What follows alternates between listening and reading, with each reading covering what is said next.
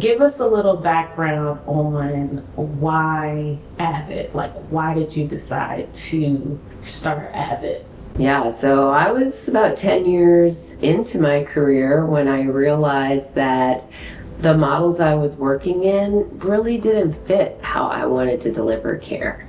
I felt rushed, I felt limited, and I could tell that the patients weren't getting really the best care they could. I worked in a lot of different settings, from underserved populations to elite athletes.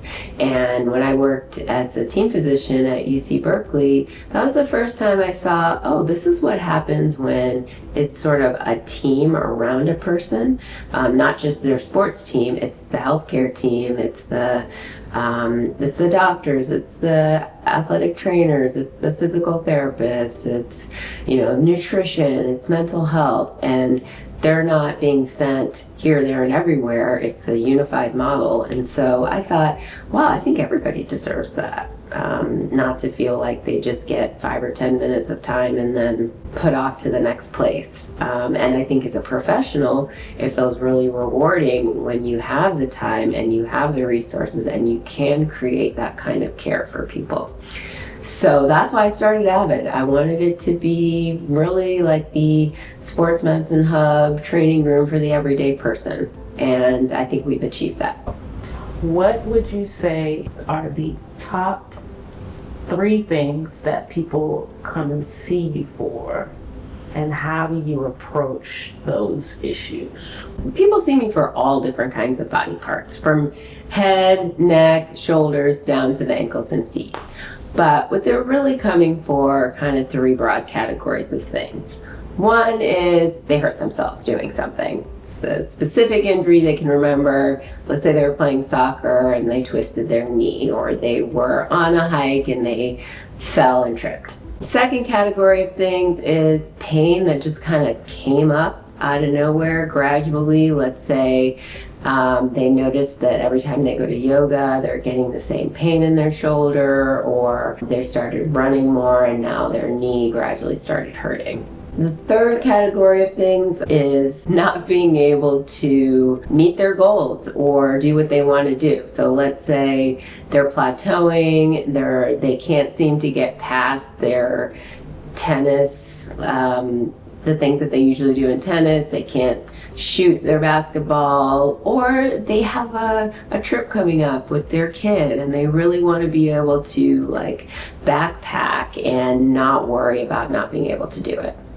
So those are the things, and I approach it, really it's quite simple. I don't go in thinking I have the answer and making a lot of assumptions. I start out by listening, and listening is really what the doctor does to gather all the information and start to make a list in my head about what I think could be the issue or what we think we need to do next. Listening is very powerful, so if your doctor isn't listening, they're not going to make the right answer for you. They're not going to make the right decision. And listening doesn't just involve not talking. We do have to ask questions, but those questions lead to you expanding on information. They shouldn't just be yes or no. And then I do an exam. I do a full evaluation. I look at the things that I think we need to see. I'll do an ultrasound if I think that's helpful.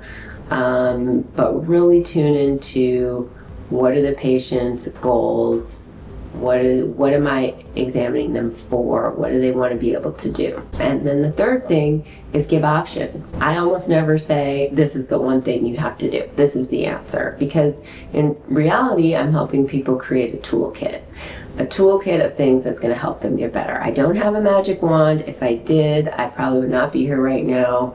And my job is to help people figure out what are the things across healthcare, including the things I do in my office, that are really going to make the difference for them. And that's going to be different for everyone. That's why it's an art. We're creating the thing that's right for that patient in that moment with that problem. Could you give us some fun facts? What you do for exercise, how you relax? I have some bread and butter exercise things that I always do. They're usually running, weightlifting, but I like to keep it interesting. Every year or so, I usually take on a new hobby. This year, it's been kickboxing, and I am having a blast with that. I feel like it's getting aggression out. It's awesome, sweat fest, and I'm building the upper body strength I always wanted. How do I relax? Well, my favorite way to relax is by listening to music. I actually listen to music all day. It's the soundtrack of my life. But to relax and really just get out of my head, I love live music. I love being at a live show. I love listening, but also being in community with people, usually taking people that are special to me, and the experience of it all. Do you have any pets? I do. I have 2 pets. One is a cat.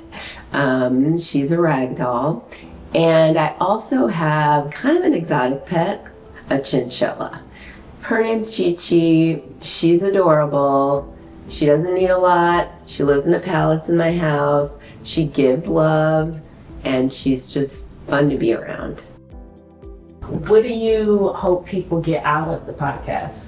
I hope what people get out of the podcast is just a real look into what it's like to be in healthcare and how we are all participants in it, and how we can all make it better. Because it's not going to come from administrators, government, outside of ourselves. It's going to come from within. That's you, that's me, it's the patients, it's the people that are actually needing the care and giving the care, working together to make the system what they want.